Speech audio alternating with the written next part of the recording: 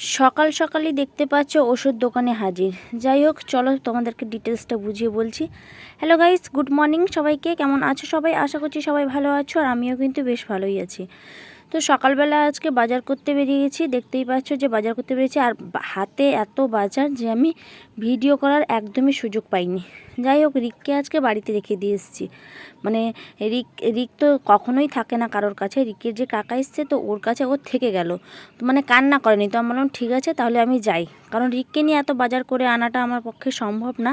তো রিক যেহেতু ছিল বলে আমি আজকে বেশি করে বাজার করে নিয়ে চলে এসেছি, মানে একসাথে। তো একটা ফুলকপি একটা বাঁধাকপি কতটা ভারী হয় তোমরা অবশ্যই জানো। আর একটা মূলো হলো 1 কেজি। তারপরে বেগুন আছে, আলু রয়েছে, কুমড়ো রয়েছে, অনেক কিছুই রয়েছে। যা যা দেখতে পাচ্ছ সব কিছুই এনেছি। তারপর ঠাকুরের জন্য ফল সব কিছুই এনেছি। আর ওষুধটার কথা যে বললাম, আমার দাদার মেয়ের জ্বর হয়েছে, কালকে রাত থেকে জ্বর হয়েছে। তো ওর জন্য ওষুধ আনতে গেছিলাম। অ্যাকচুয়ালি আমি বাজার করতে যাইনি, ওর জন্য ওষুধ আনার জন্য কিন্তু গেছিলাম। তারপর যেই দেখলাম রিক থেকে গেল, রিক গেল না। তো আমি হাতে একটা বাজার ব্যাগ নিয়েই যাই, দেখা যাক কী হয়। তারপরে বাজার করে নিয়ে চলে এলাম। তো দেখো, তারপরে আমি চলে এসেছি। আস্তে আস্তে দেখি রিকও রাস্তায় আসছে। তারপর রিককে এসে তাকে একটা অরেঞ্জকে জুস করে দিলাম, যে না তুমি আগে খাও। তারপর সে খেলো, কিছুটা খেয়েছে, কিছুটা রেখেছিল। তারপরে আমি বললাম যে না, এই মুহূর্তে আমি আনাজগুলো সব কিছু ঢেলে তারপরে আমি আনাজ কাটবো। আনাজ কেটে তারপরে কিন্তু আমি যাব স্নান করতে। আজকে কিন্তু আমি স্নান করিনি, বাজারে গেছিলাম। তার কারণটা হচ্ছে যেহেতু তাড়াহুড়ো করেছি, আর ঠান্ডার দিনে একটু তো লেট করেই উঠি, তো সব কিছু গন্ডগোল হয়ে গেছে। তো যার জন্য ভাবলাম যে না, আর বাজার থেকে এসে মানে হেঁটে হেঁটে আসলে কিন্তু শরীর গরম হয়ে যায়, তারপরে কিন্তু স্নান করব। তো যাই হোক, এখানে দেখো সব সবজিগুলো কিন্তু আমি উঠিয়ে রাখছি। প্রথমে আমি আমাদের ঠাকুরের জন্য তুলে রেখে দিলাম, মানে শসা আর রসালু। যাই হোক, ওই দুটো আমি শাঁখালু, আমরা তো রসালু বলি সাধারণ কথায়, শাঁখালু। ওরা ঠাকুরের জন্য তুলে আমি সব কিছু সবজি গুছিয়ে রেখে দিয়েছি। তারপরে দেখো, এখানে আমি রান্না মানে স্নান দান করে কিন্তু রান্না করতেও ফাইনালি চলে এসেছি। আর দেখো, ওই যে পুঁই শাক নিয়ে এসেছিলাম, পুঁই শাকগুলো খুবই নরম, মানে ডাঁটাগুলো তো একদমই নরম। তো শাকগুলো রেখেছি, কালকে রান্না হবে। আর আজকে কিন্তু পুঁই ডাঁটাগুলো কুমড়ো আলু দিয়ে কিন্তু একটা ঘন্ট করব। আর ঘন্ট খেতে কার কার ভালো লাগে অবশ্যই কিন্তু কমেন্ট করে জানিও। তো যাই হোক, এখানে মশলা করে রেখে দিয়েছি কুমড়ো ঘন্টতে। এই মশলাটা না দিলে কুমড়ো ঘন্ট কিন্তু একদমই অসম্পূর্ণ থাকবে, এটা দিলে কিন্তু সম্পূর্ণ। যাই হোক, ওখানে কুমড়ো ঘন্ট করব, আর বেশি কিছু রান্না করব না। আর এখানে দেখো টমেটো আর আলু কেটে নিয়েছি, টমেটোটা পরে কাটবো। এটা করব বাটি বসা। টমেটো আলু বাটি বসা দারুণ লাগে খেতে, যেহেতু আজকে নিরামিষ, তো খেতে কিন্তু খুব ভালো লাগে। আর কালকের অল্প অল্প তরকারি সব রয়েছে, যার জন্য আজকে আর বেশি কিছু করছি না। আর এখানে দেখো এই যে শাকটা, এই শাকটার নাম এখন আমার এই মুহূর্তে ঠিক মনে পড়ছে না। তো এই শাকটা কিন্তু ভেজে বাটা করব। আর আগেকার যুগের মানুষরা তো, আমার শাশুড়ি মা একটু শাকটা খেতে ভালোবাসে, মানে যে কোনো শাক ভাজা বলো বাটা বলো, এগুলো খেতে কিন্তু বিশাল ভালোবাসে। তারপরে দেখো এমনিতেই লেট হয়ে গেছে, তারপরে আমি ওখানে রান্না চাপিয়ে এক সাইডে এখানে আমি কাপড়গুলোকে ধুয়ে নিয়ে চলে এলাম। মানে যে কাপড়গুলো আমি মানে জলে ভিজিয়ে দিয়েই গেছিলাম, আমরা আসলে যখন আমার সুবিধা হবে। তারপর দেখলাম যে না, মা ভাত বসিয়ে দিয়ে চলে গেলেন। আমি বললাম না, তো আমি আগে স্নানটা করে নিই, কাপড়টা পরে কাচলে হবে, যেহেতু ভিজিয়ে রেখেছিলাম। ওর জন্য আমি রান্না করতে করতে এক সাইডে রান্না হচ্ছে, এক সাইডে আমার কাপড় ধোয়াও হয়ে গেল। তারপর দেখো, এখানে আমি চলে এসেছি, যে অল্প করেই কাপড় আছে, আজকে বেশি কাপড় নেই। আমি চলে এসেছি, আর আমার সাথে কিন্তু মানে দুজন তো চলেই এসেছে। আমি মানে আমি যখনই ছাদে আসি না কেন, ওরা দুজন আসবেই, কোনো কথা নেই। তো আমি বললাম যে এসছো, ভালো করেছো, চুপচাপ বসো। আর রিক কিন্তু আমার বিশাল হেল্প করে, যেটা হচ্ছে এক একটা করে কাপড় কিন্তু আমাকে তুলে দেয়। তো আজকে ওর দিদি বসছে, আমার যে তুমিও বসো। তারপর লাস্টবেলা সেই কান্না করেছিল, ও তার দিদির সাথে মাত করে খেলছিল, কিন্তু আমি যে কাপড় শুকিয়ে দিয়েছি তারপরে কিন্তু ও কান্না করছিল যে আর কাপড় কোথায় গেল। আমি বলছি আমি তো শুকিয়ে দিয়েছি, তুমি খেলতে মানে তুমি দিতে এলে না বলে আমি শুকিয়ে দিয়েছি। যাই হোক, অনেক মেনটেন্স করার পরে ওকে নিয়ে গেছিলাম। আর এই জায়গার যে দড়িটা, এই জায়গার দড়িটা লাস্টে টাঙানো হয়েছে। আর এই দড়িটা যে দেখছো, পুরো রোদ লাগে এমন, পুরো প্রথম থেকে লাস্ট পর্যন্ত, মানে পুরো বিকাল পর্যন্ত এই জায়গাটা রোদ থাকে। যার জন্য আমি এই জায়গায়, যেহেতু একটু লেট হয়ে গেছে, যার জন্য এই জায়গাগুলো আমি রিকের যে মোটা মোটা সোয়েটার বা জামা, ওইগুলো কিন্তু এই সাইডটাতে শুকাচ্ছি। আর অন্য সাইডে আমি শাড়িগুলো শুকিয়ে দেবো। আর যেহেতু যে বাজার যাই যে শাড়ি, এক দুবার পরি, তারপরেই ধুয়ে দিই, কারণ প্রতিদিন ধুই না।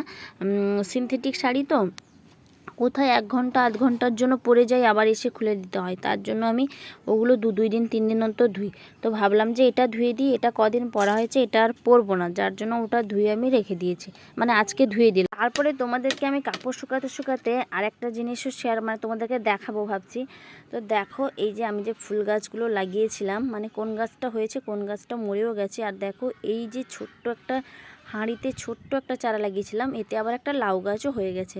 দেখো কি সুন্দর ফুল ফুটেছে। আর দেখো তুলসী গাছটাও কিন্তু ভালোভাবে লেগে গেছে। তারপরে দেখো এখানে বস্তাতে যে এই যে লাল গাঁদাটা লাগিয়েছিলাম সেটাও লেগে গেছে। আর এগুলো কিন্তু আমার বাবার বাড়ি থেকে এনেছিলাম। তারপর দেখো এখানে উপর থেকে ওর ভাই বোন চলে গিয়ে নিচে খেলা শুরু করে দিয়েছে। এই গাঁদা গাছগুলো একটা মাত্র গাছ ছিল, ওটাতে কত সাইডে বেরিয়েছে দেখো। আর এটাও কিন্তু লেগে গেছে, মানে এটা যদি ভালো করে সার দেওয়া হতো আরও ফুল ফুটতো।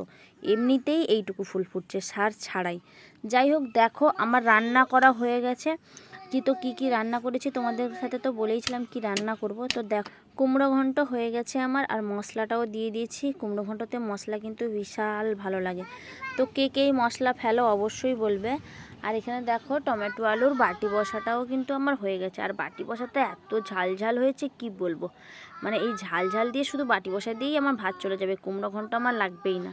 তারপর এখানে দেখো ওই শাকটা যে ভেজে বেটে নিয়েছি, তারপর মানে লঙ্কা জিরে দিয়ে শাক বাটা হয়ে গেছে আমার। তারপরে এখানে আমি একটু কাঁচা তেল দিয়ে দিলাম, সর্ষের তেল, মানে সর্ষের তেল দিলে কিন্তু বিশাল টেস্ট হয়। তো ওর জন্য মাস্ট যে কোনো বাটা বা যে কোনো মাখাতে একটু সর্ষের তেল দিলে আর দারুণ লাগে। তো ওর জন্য দেখো এই বাটাটা কিন্তু অনেক দিন পরেই খাচ্ছি। এইবারই আমার 3 মাস হয়ে গেল আমি বাড়ি এলাম। তো এটার 3 মাসের মধ্যে আজকে প্রথমবার হলো। আগে কিন্তু বিশাল হতো, মা কিন্তু খেতে এসব বিশাল ভালোবাসে, যে কোনো শাক বাটা বিশাল খেতে ভালোবাসে, যার জন্য আজকে প্রথম হলো না। যা আজকে সোমবারে পুরো জমেই যাবে নিরামিষ খাওয়া দাওয়া। দুপুরবেলা খাওয়া দাওয়ার পরে হঠাৎই শোনা যায় যে এখানে মানে আমাদের একটা বাড়ির পাশে আগের বাড়ি যে মৎস্য হয়েছিল, যার ঘরে পুজো হয়েছিল, ওদের বাড়িতেই মানে ওদেরই ছেলে তো গাছ লাগাতে গিয়ে মানে কোদাল দিয়ে যখন মাটি খুঁড়তে গেছে, তো কোদালের নিচ থেকে কিন্তু এই ঠাকুরটা পেয়েছেন। তো কথায় আছে ভক্তিতে মানে ভক্তির ভগবান, তো ওর জন্যই হবে হয়তো। তো সবার ভাগ্যে এটা জোটে না। তো দেখো কালো কৃষ্ণ কি সুন্দর ঠাকুর, উফ, মানে দেখেই যেন গায়ে মানে আমার মানে কি বলবো লোম দাঁড়িয়ে পড়ছে পুরো। তো যাই হোক এটা তোমাদের সাথে একটু শেয়ার করলাম, যেহেতু সবার আর কত লোক, উফ এত লোক মানে কি বলবো। যাই হোক ওর হয়তো ভক্তি ছিল, যার জন্য ঠাকুর ওর জন্যই পাঠিয়েছে হয়তো, মানে না হলে ওর হাতেই কী করে পাবে বলো। ওদের ঘরে তো অনেক লোক আছে, তো ওনার হাতে ওদের হাতে পড়ে না, এর হাতে কেন পড়লো। তো যাই হোক আর যার জন্য তোমাদের সাথে একটু শেয়ার করলাম। তো তোমাদের কেমন লাগলো অবশ্যই কিন্তু জানিও। মানে কি বলো তো, একটা গাছ লাগাবে বলে গাছটা রেখে তারপরে মাটিটা খুঁড়তে গেছে, তো মাটি খুঁড়তে গিয়ে পুরো কোদালেই উঠে এসছে ঠাকুরটা। তো তোমাদের সাথে একটু শেয়ার করলাম। যাই হোক চলো, এখানে আমি এখন চলে এসেছি বাচ্চার খাবার বানাতে। তারপরে এখানে ভুট্টাটা ভাজছিলাম, গম ভাজা হয়ে গেছে। আর এখানে দেখো ছোলা ভাজা নিয়ে এসেছি, কারণ ছোলা খোসা সহ ভেজে মানে অনেক ঝামেলা হয়ে যায়, যার জন্য ভাজা ছোলা যেরকম আমি বাইরে করতাম সেরকমটাই সব কিছু পেয়েছি। করব বলে অনেক দিন হয়ে গেছে, 3 মাস পর আবার এর জন্য একটা ছাতু বানাচ্ছে। তার কারণ সকালবেলা এখন অনেক দিন খিচুড়ি খেয়ে নেয়, ছাতুটা প্রত্যেক দিন এখন খায় না, যার জন্য ছাতুটা এতদিন পর বানাতে হলো, নাহলে কিন্তু অনেক আগেই বানানো হতো। এই দেখো আমার রিক রুটি বেলেছে, কত সুন্দর। ও পিঁপড়ে চলে এসছে, হুস। ও তুমি বেলো, আমি বকে দিচ্ছি, চলে যাবে তুমি বেলো। কত সুন্দর গোল করে বেলেছে রুটিটা, দেখো তোমরা কি পারো এরকম বানাতে? মুড়ে গেছে, ও বাবা মুড়ে গেলি কেন? এই মারে না পিঁপড়াকে মারতে নেই, ওর একটা জীবন আছে বাকি। এদিকে আসো। দেখো কি সুন্দর একটা লুচির মতো গোল করে বেলে দিয়েছে রি। পাপা বলো সবাই, আমি কি বলছি বলো, সবাই কেমন হয়েছে জানিও। হ্যাঁ হয়েছে, পেয়েছে।